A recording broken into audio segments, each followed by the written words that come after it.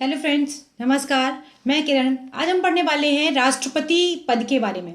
इससे पहले मैंने जितने भी टॉपिक डिस्कस किए हैं उन सभी का लिंक डिस्क्रिप्शन में मौजूद है, या आप हमारी पॉलिटी की एक पूरी सीरीज़ है उससे आप जुड़ सकते हैं और इसे समझ सकते हैं। तो आज हम उसी में आगे बढ़ेंगे और हम देखेंगे राष्ट्रपति पद के लिए क्या क्या चीज़ें की आवश्यकता होती है, क्या क्या उसकी योग्यताएं होनी चाहिए, और राष्ट्रपति भारत के कॉन्स्टिट्यूशन में राष्ट्रपति का क्या रोल होता है, किस तरीके से वो संघ का प्रमुख है और किस तरीके से वो सरकार के लिए क्या क्या अहम महत्वपूर्ण रोल प्ले करता है। तो राष्ट्रपति के बारे में आज हम जानेंगे और पढ़ेंगे।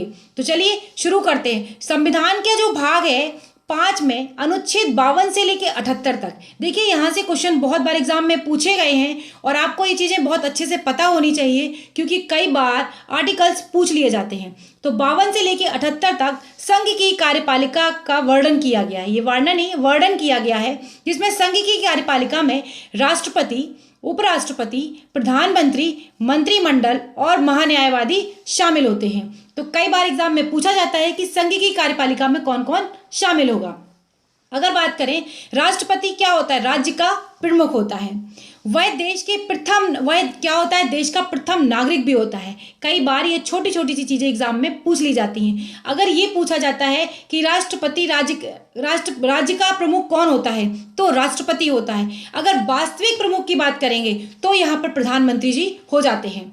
अगला देखेंगे, देश की एकता और अखंडता का प्रतीक भी इन्हीं को माना जाता है और वह भारतीय सशस्त्र सेवाओं का सर्वोच्च सेना नायक भी होते हैं। ये क्या होते हैं? भारतीय सशस्त्र सेवाएं जो होती हैं उसके सर्वोच्च सेना नायक भी होते हैं। अब अगर देखें राष्ट्रपति का निर्वाचन, देखिए राष्ट्रपति का जो निर्वाचन होता है उसमें बहुत सारी चीज़ें मायने रखती हैं और ये एग्जाम में कम से कम 20 से 25 बार, ये बहुत कोर एरिया है जहाँ से क्वेश्चन उठाए गए हैं। और कई बार एक छोटी सी चीज़ डाल देंगे और आपको कन्फ्यूज़न हो जाएगा कि ये राष्ट्रपति के निर्वाचन में भाग लेते हैं या नहीं लेते हैं। देखिए आपको मैं थोड़ा सा ओवरव्यू समझाती हूँ कि इसमें सभी विधानसभाएं और जो दो संसद है वो पार्टिसिपेट करती है। संसद में उच्च सदन और लोक सदन दोनों के सांसद जो होते हैं इसमें और विधायक पार्टिसिपेट करते हैं इसमें। लेकिन अब एक बात ये समझने वाली है कि लोकसभा की सीटें जो विधायक हैं वो ज़्यादा होंगी सांसदों की अपेक्षा, तो उनको किस तरीके से मतलब समान प्रतिनिधित्व दिया जाए, समान वैल्यू दी जाए, इसीलिए इनके निर्वाचन की प्रक्रिया थोड़ी सी जटिल और थोड़ी सी अलग है। तो उस प्रक्रिया को चलिए समझते हैं। सबसे पहले हम ये जानेंगे कि कौन कौन लोग राष्ट्रपति के चुनाव में या निर्वाचन में पार्टिसिपेट करते हैं। तो भारत के राष्ट्रपति का चुनाव जो होता है आर्टिकल 55, कई बार एग्जाम में पूछा गया है कि आर्टिकल 15 किससे संबंधित है, तो ये राष्ट्रपति के चुनाव से संबंधित है। के अनुसार आनुपातिक प्रतिनिधित्व प्रणाली को एकल संक्रमणीय या फिर हस्तांतरित प्रणाली के द्वारा इसे किया जाता है। ये प्रत्यक्ष चुनाव नहीं होता है जनता से, इनका जनता के द्वारा चुने हुए प्रतिनिधि इनको चुनते हैं, ना कि डायरेक्ट जनता इनको चुनती है। अगर प्रत्यक्ष चुनाव हो जाएगा तो एक अलग ही तरीके की समस्या खड़ी हो जाएगी। फिर वास्तविक प्रतिनिधि और जो प्रमुख है उसमें डिफ्रेंशिएट करना बहुत ज़्यादा मुश्किल हो जाएगा। तो हमारे कॉन्स्टिट्यूशन में इस बात का विशेष ध्यान रखा गया है और राष्ट्रपति को बताया गया कि ये संघ के प्रमुख हैं, सारे काम इन्हीं के हिसाब से चलेंगे या इनकी चीज़ों के हिसाब से चलेंगे। लेकिन जितने भी काम ये करेंगे उसमें एक प्रतिबंध ये लगाया गया है, जितने भी काम करेंगे जो वास्तविक सरकार का प्रमुख होगा, सत्ता का प्रमुख होगा, उसकी जो मंत्रिमंडल होगी उसी की सहायता से और उसी की परामर्श के अकॉर्डिंग ये काम करेंगे। राष्ट्रपति को भारत के संसद के दोनों सदनों, अगर बात करें कौन कौन चुनाव में भाग लेते हैं, दोनों सदनों लोकसभा और राज्यसभा के साथ राज्य की विधायिकाओं के निर्वाचित सदस्य, ये बात बहुत ध्यान रखने वाली है, निर्वाचित सदस्य की बात हो रही है, और केंद्र शासित प्रदेश और दिल्ली और पांडुचेरी विधानसभाओं के भी निर्वाचित सदस्य। ये ध्यान रखिए कहीं पर भी मनोनीत शब्द का इस्तेमाल नहीं किया जा रहा है, तो मनोनीत सदस्य इसमें भाग नहीं लेते हैं। सदस्य के द्वारा 5 वर्षों की अवधि के लिए इन्हें चुना जाता है। जिस दिन से राष्ट्रपति शपथ लेंगे उसी दिन से 5 साल तक के लिए ये अपने पद पर कार्यरत रहते हैं। अब ये देखते हैं कि इनकी जो चीज़ें हैं इसमें कौन कौन पार्टिसिपेट नहीं करता है, तो ये बात भी क्लियर कर लेते हैं।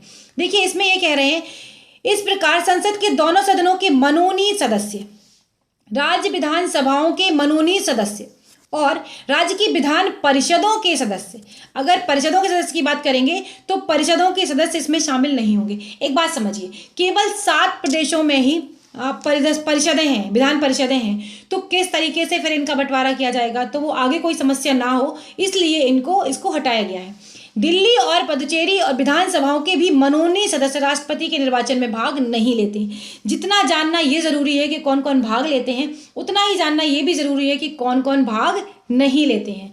जब कोई सभा विघटित हो गई हो तो उसके सदस्य राष्ट्रपति के निर्वाचन में मतदान नहीं कर सकते हैं। उस स्थिति में जबकि विघटित सभा का चुनाव राष्ट्रपति के चुनाव निर्वाचन से पहले ना हुआ हो। तो अब देखें, आगे देखें, आपको समझ में आ गया कि कौन कौन राष्ट्रपति के चुनाव में भाग ले सकते हैं, कौन कौन नहीं ले सकते हैं। भारतीय संविधान में यह प्रावधान किया गया है कि राष्ट्रपति के निर्वाचन में सभी राज्यों के प्रतिनिधि समान रूप से साथ हों तथा संघ तथा राज्यों के बीच भी समानता हो।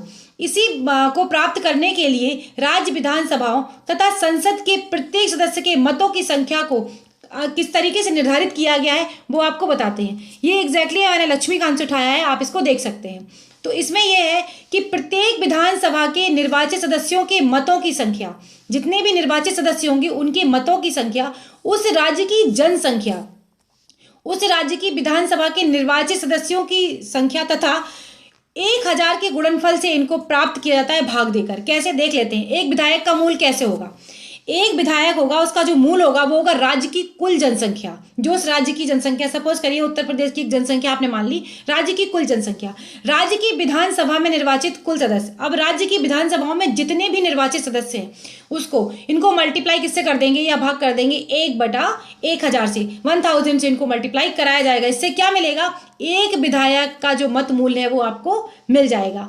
अगला कह रहे हैं संसद के प्रत्येक सदन के निर्वाचित सदस्यों के मतों की संख्या सभी राज्यों के विधायकों के मतों के मूल्य को संसद के कुल सदस्य संख्या से भाग देने पर प्राप्त होती है। अब देख रहे हैं कि संसद के मतों के मूल्य किस तरीके से निकाले जाएंगे। तो एक सांसद का मत मूल्य कैसे निकाला जाएगा? सभी राज्यों के विधायकों के मत मूल्य के सभी राज्यों के विधायकों के मतों का कुल मूल, जितने भी विधायक हैं उन सभी का कुल मूल, और संसद के निर्वाचित सदस्यों की कितनी? कुल सदस्यों की संख्या। कई बार एग्जाम में यहाँ से पूछा गया है, डायरेक्टली चीजें पूछी जाती हैं, इसलिए मैं आपको इंसिस्ट कर रही हूँ कि इन चीजों को जरा आप ध्यान से देखें। राष्ट्रपति का चुनाव आनुपातिक प्रतिनिधित्व के अनुसार एकल संक्रमणीय मत और गुप्त मतदान के द्वारा किया जाता है। ये जो बात आती है ना, ये कई बार एग्जाम में पूछी गई है और बहुत ज़्यादा इंपॉर्टेंट बात ये है कि ये आप हस्तांतरण प्रणाली कह लीजिए या फिर एकल संक्रमणीय कह लीजिए, बात दोनों की एक ही है और ये गुप्त मतदान के द्वारा होती है। किसी उम्मीदवार को राष्ट्रपति के चुनाव में निर्वाचित होने के लिए मतों का एक निश्चित भाग प्राप्त करना बहुत ही ज़्यादा आवश्यक होता है। मतों का यह निश्चित भाग जो होता है, कुल वैध मत, जितने मत डाले गए हैं उनका निर्वाचित होने वाले कुल उम्मीदवारों से जोड़कर की संख्या में 1 जोड़ दिया जाता है और उससे ये संख्या प्राप्त की जाती है। भागफल में 1 जोड़ा जाता है। अब कैसे, इसको देख लेते हैं। निश्चित मतों का भाग, अगर हम देखें निश्चित जो मत है उनका भाग कुल वैध मत, और इसमें 1 जोड़ दिया जाएगा तो पूरा का पूरा ये व्यक्ति के उसके लिए आवश्यक होते हैं। अब निर्वाचक मंडल में कि प्रत्येक सदस्य को केवल 1 मतपत्र दिया जाता है। क्या दिया जाता है? केवल 1 ही मतपत्र दिया जाएगा।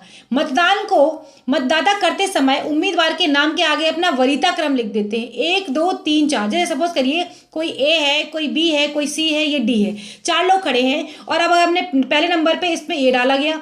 फिर मेरा चुनाव है कि दूसरे, अगर ये ना जीत सके, बी ना जीते, तो फिर सी जीत जाए, तो फिर मैं यहाँ पे डालूंगी दूसरे नंबर पे। फिर मैं बोलूँ कि नहीं सी नहीं, अब अगर हम नहीं बी और सी ना जीते तो फिर मैं कहूँगी कि ए जीत जाए, तो मैंने यहाँ पर वरीयता क्रम 3 लिख दिया, फिर मैं इसको 4 में लिखूंगी। यही कहलाता है वरीयता क्रम। जब वरीयता क्रम, ये तब तक आप पहली गणना में पहले नंबर वाले लोगों को चुना जाएगा या उनकी गणना की जाएगी। तो इस प्रकार क्या होता है कि उम्मीदवारों की उतनी वरीयता आदि दे सकता है जितने उम्मीदवार होते हैं। अब 5 उम्मीदवार होंगे तो 5 वरीयताएं हो जाएंगी कि मेरी पहली वरीयता ये है कि मेरे को ये वाला व्यक्ति चुन जाए तो अच्छा है, फिर हम दूसरे में देंगे कि नहीं दूसरा हो जाए, तो इस तरीके से। प्रथम चरण में प्रथम वरीयता के मतों की गणना होती है जिसमें सबको 1-1 मिला होगा। यदि उम्मीदवार निर्धारित मत प्राप्त कर लेता है, जितने मत निर्धारित किए गए हैं, और अगर उसने प्राप्त कर लिए हैं वो मत, तो वो विजयी घोषित हो जाता है। अन्यथा मतों के स्थानांतरण की प्रक्रिया अपनाई जाती है। प्रथम वरीयता के न्यूनतम मत प्राप्त करने वाले उम्मीद को रद्द कर दिया जाता है। जिसने कम सबसे न्यूनतम वरीयता प्राप्त की होगी उसको हटा दिया जाएगा और फिर से गणना चालू हो जाएगी तथा इसकी द्वितीय वरीयता के मत तथा अन्य उम्मीदवार की प्रथम वरीयता के मतों को हस्तांतरित कर दिए जाते हैं। तो इस तरीके से प्रक्रिया तब तक चलती रहती है जब तक कि कोई उम्मीदवार निर्धारित मत को नहीं प्राप्त कर लेता है। राष्ट्रपति चुनाव में संबंधित सभी विवादों की जांच और फैसले कहाँ किए जाते हैं? उच्चतम न्यायालय में किए जाते हैं और उन्हीं का फैसला इसमें अंतिम होता है। अब अगर हम बात करें, हालांकि राष्ट्रपति के चुनाव के जो आधार है उस पर चुनौती नहीं दी जा सकती है। कैसे? निर्वाचक मंडल अपूर्ण है, इस बात पर नहीं। यदि उच्चतम न्यायालय किसी व्यक्ति की राष्ट्रपति की नियुक्ति के पूर्व रूप में नियुक्ति को अवैध घोषित कर देता है, अगर किसी राष्ट्रपति की नियुक्ति हुई और उसको अवैध घोषित कर दिया गया तो उच्चतम न्यायालय की घोषणा से पूर्व उसके द्वारा किए गए सभी कार्य अवैध नहीं माने जाएंगे, वो प्रभावी बने रहेंगे। मतलब सारे कार्य उसके वैध माने जाएंगे अगर सुप्रीम कोर्ट ने जब तक उसको अवैध घोषित नहीं किया है। अब देखते हैं कि राष्ट्रपति पद के लिए योग्यताएं कौन कौन सी होनी चाहिए। राष्ट्रपति पद के लिए अगर योग्यताओं की बात करें, वह भारत का नागरिक होना चाहिए, उसकी उम्र 35 वर्ष या इससे अधिक हुआ उस पद का उम्मीदवार हो सकता है। राष्ट्रपति पद के लिए उम्मीदवार को लोकसभा का सदस्य बनने की योग्यता होनी चाहिए।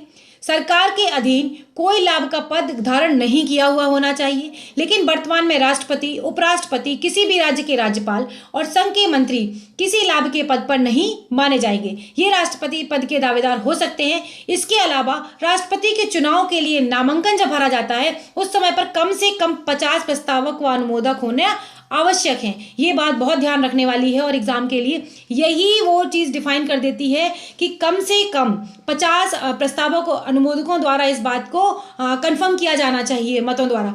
अगर ऐसा नहीं किया जाता है, क्योंकि कोई भी व्यक्ति चुनाव लड़ सकता है, इस बात के लिए हमारे संविधान में कहा गया है, लेकिन कुछ प्रावधान है जिनके लिए ये वर्ग हट जाता है।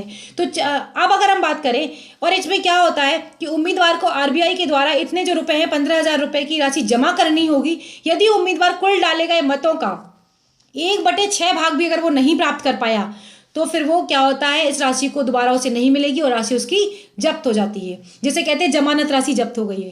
राष्ट्रपति उच्चतम न्यायालय के मुख्य न्यायाधीश और उनकी अनुपस्थिति में वरिष्ठतम न्यायाधीश द्वारा राष्ट्रपति पद की शपथ दिलाई जाती है। ये सारे क्वेश्चन यहाँ से पूछे गए हैं और बहुत ही ज्यादा इंपॉर्टेंट है।